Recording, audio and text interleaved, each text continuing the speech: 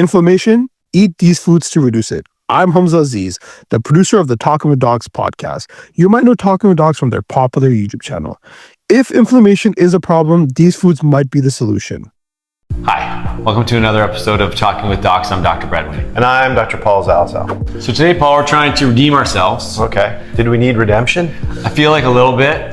We provided a list of foods and groups of foods maybe that you shouldn't eat before. And unfortunately, on that list are a lot of things that are fun, a lot of things people like, a lot of things people celebrate with.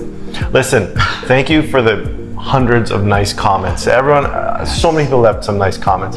There were a few comments that were a little bit inflammatory. You know what? Thank you for those too, because it all creates a discussion. Yeah. And I think the most important thing is to know, like, we're not sponsored by Big Broccoli. No, Mother Nature does not have some sort of commission deal with us. Every time you eat a head of lettuce, we get promised a nice sunny day. No, I wish. At the end of the day, all we're trying to do is provide you with information so you can make informed choices. It's just like anything that we talk about, whether it's about taking medication, eating a certain type of food, exercising regularly. It's all just to try to help you live a happier, healthier life. I saw this thing, just pause for a second if you're watching this. I saw it last week, a child on my street riding a bike. No way. Yes, that wasn't the whole part of the story. Okay. There was more to it. Okay. He was wearing a mask and no helmet.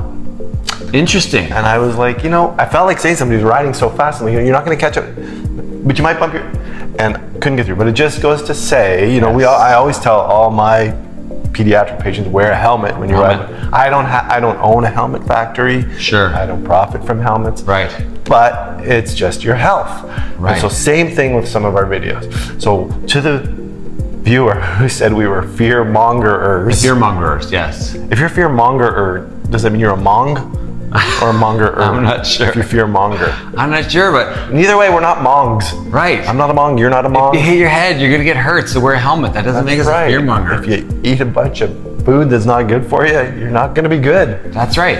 Okay, so what we are talking about today, though, is a list of foods that you can and should eat and maybe make part of your diet. And we don't push certain diets. It's not about you doing a specific thing, particularly for a short period of time. We want you to make healthy choices that are ongoing, that make you feel good, and benefit your health. So we were going to have a nutritionist come and talk to us today about this, but Yeah. she skipped breakfast and she was feeling a little lightheaded, so she couldn't be with us.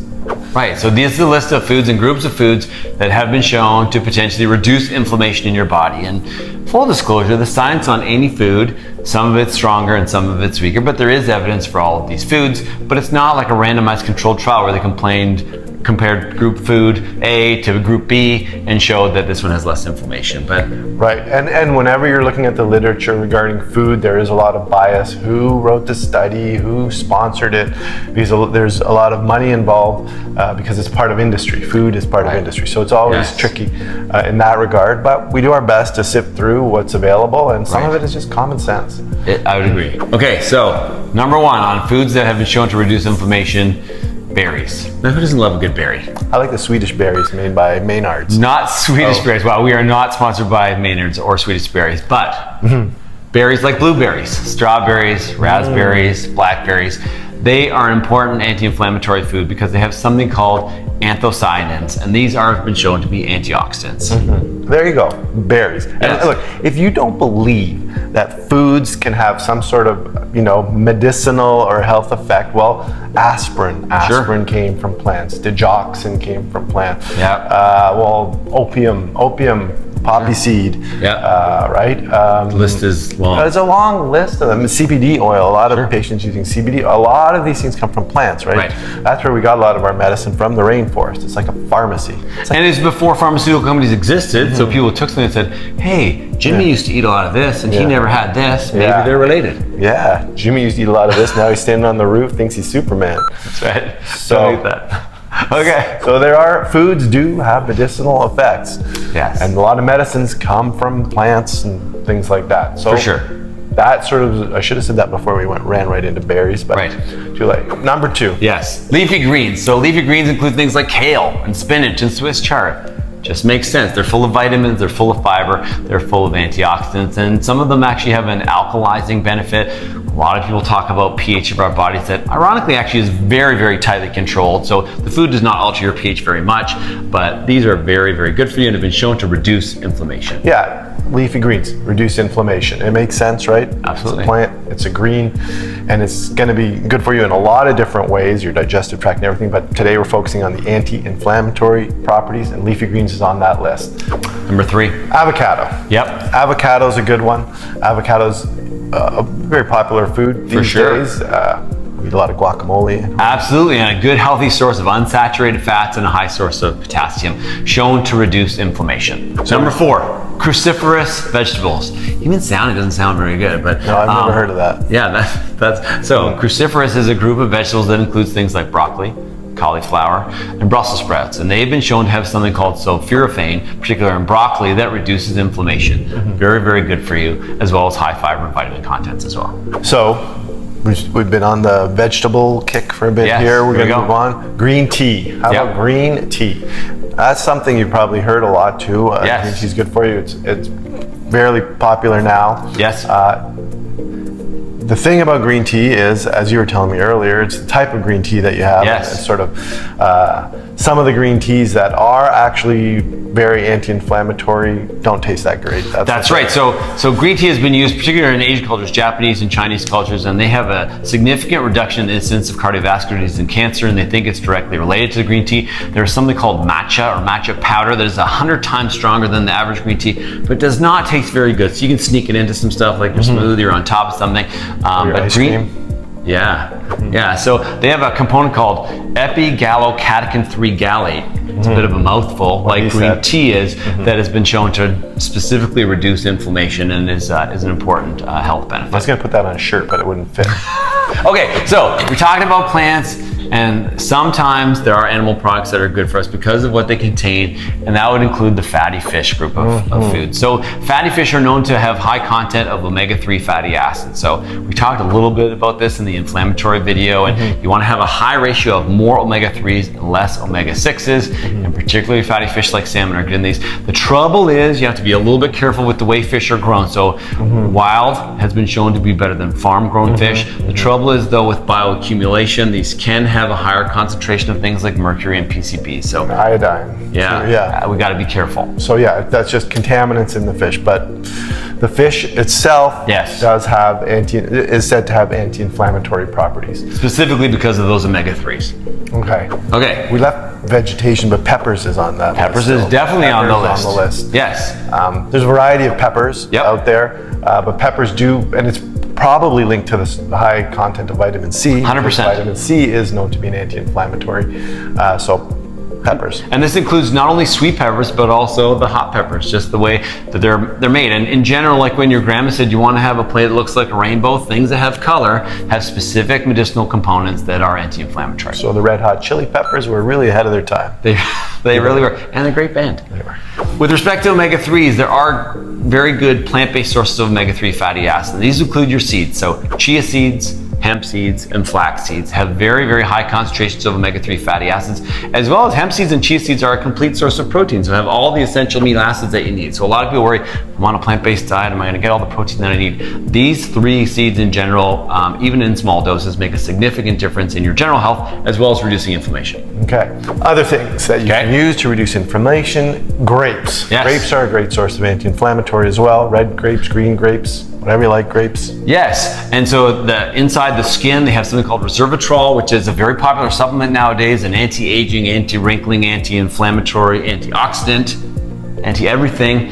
Grapes are a great source. You just have to be careful when you eat them, because they're a choking hazard for kids. Yes. And for dogs. Did you know you're not supposed to wreck the kidneys? Yeah, you're not supposed to give grapes to dogs. Gets rid of my elbow pain, but wrecks a dog's kidneys. Biology's funny. We have a new puppy, we're always like, if you drop something, like how fast do you have to get it? Grapes and chocolate, Onions too, did you know? I didn't know about onions. You can't give onions to your dog. Sorry, buddy. So next on our list is turmeric. And we got a video. We got a video about turmeric. Yes. I'm going to point right there because the link might appear. It probably won't appear there, but imagine a link appears there. It's our turmeric video. video? So in some studies, it's been shown to reduce C-reactive protein. It is not conclusive evidence, and that's why in that video we said, hey, we can't give it like a heavy recommendation, but certainly some studies have shown it. Anecdotally, lots of people talk about it, and you may need to add the black pepper. There's something with the way that they interact together with their curcuminoids that helps reduce inflammation. But lots of people, specifically with joint pain, say, when I take turmeric, there is an R in there, helps reduce inflammation. I didn't know about that R until after we made the video. So people are like, hey, it's turmeric. Yeah. And we're like, turmeric. Made the title. I'm like, wait a minute. Why is there a red line under this? That R Can't get rid of this red line. Get that R out of there. We've done turmeric. Tomatoes. Yes, okay. Tomatoes are another one. Yeah. And that goes hand in hand with your green leafy vegetables. If Right, you're you making got a salad. Yeah, you got to throw the Here, tomato you got an in there. anti-inflammatory salad. Throw a little bit of naproxen on there and Yeah. And tomato, ironically, is a fruit. It actually is a good source of vitamin C, and they think that lycopene is the active chemical molecule that helps reduce inflammation. So, sticking with the salad theme, you're going to be able to get all of that stuff on your salad. Extra virgin olive oil has something called oleocanthal that has been shown to reduce inflammation, and the extra virgin all relates to the way that it's processed. In general, we had said before, you want your foods in the most natural state possible, so less processing makes extra virgin olive oil a great choice. In moderation, right? You don't want to put half a liter of extra virgin olive oil on there because that certainly can make a difference. that's an oil spill. But it has an ibuprofen-like effect, that the oleocanthal. All right. Now you're moving on to favorite. dessert. Your favorite. It's not chicken wings, because people are thinking, is there any way Zal's going to get chicken wings as their... We tried. I'm going to run a study myself, but Yes. as it stands now, I have not found a good study that supports the use of chicken wings for anything to do with your health. Okay. Chocolate. Okay. Who doesn't love chocolate? Any kind of chocolate, though? I think the dark chocolates are Yes. usually the ones that have more of a health benefit to Sure. them. And somehow they landed on 70% cacao as being that kind of threshold for health versus fun. So it still tastes pretty good, but You know what? Chocolates. chocolate, something. We're giving you, there's a little nugget there we're throwing you. Okay, cherries. Cherries, still in the dessert family here. Right, chocolate covered cherries. You can have Oh dark my chocolate God. covered cherries. Yeah. And they have that same molecule that the berries have, the anthocyanin, which is an anti-inflammatory molecule, and also something else called catechin, which has been shown to reduce inflammation. Okay. That's some pretty good foods on that Well, list. it's gonna get better. So how about nuts? Everybody likes nuts. So Who doesn't like a good nut? Right, A couple so- of nuts here and you guys watch it. That's right. Walnuts are probably one of the best nuts for you, in addition to almonds and cashews. They have good sources of omega-3 fatty acids. Ideally, you want them not salted and not roasted, because those Salt. It's another reduce video. some of the health benefits of the nuts. But nuts, again, in small portions. Beware, obviously, that a very small handful of nuts is calorically dense. It's really good food and unsaturated fat, but it can sneak up on the calorie side of things.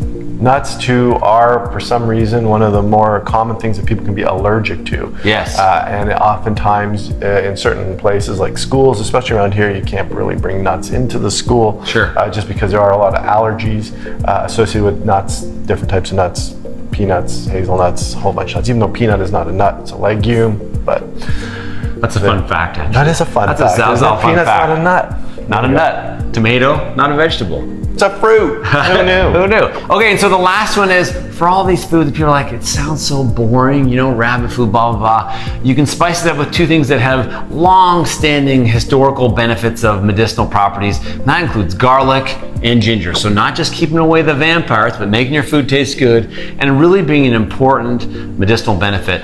Ginger has a lot of fiber. It's been shown to increase the gastrointestinal motility, which reduces the amount of time bad foods are exposed to you, so that you can reduce cancer risk.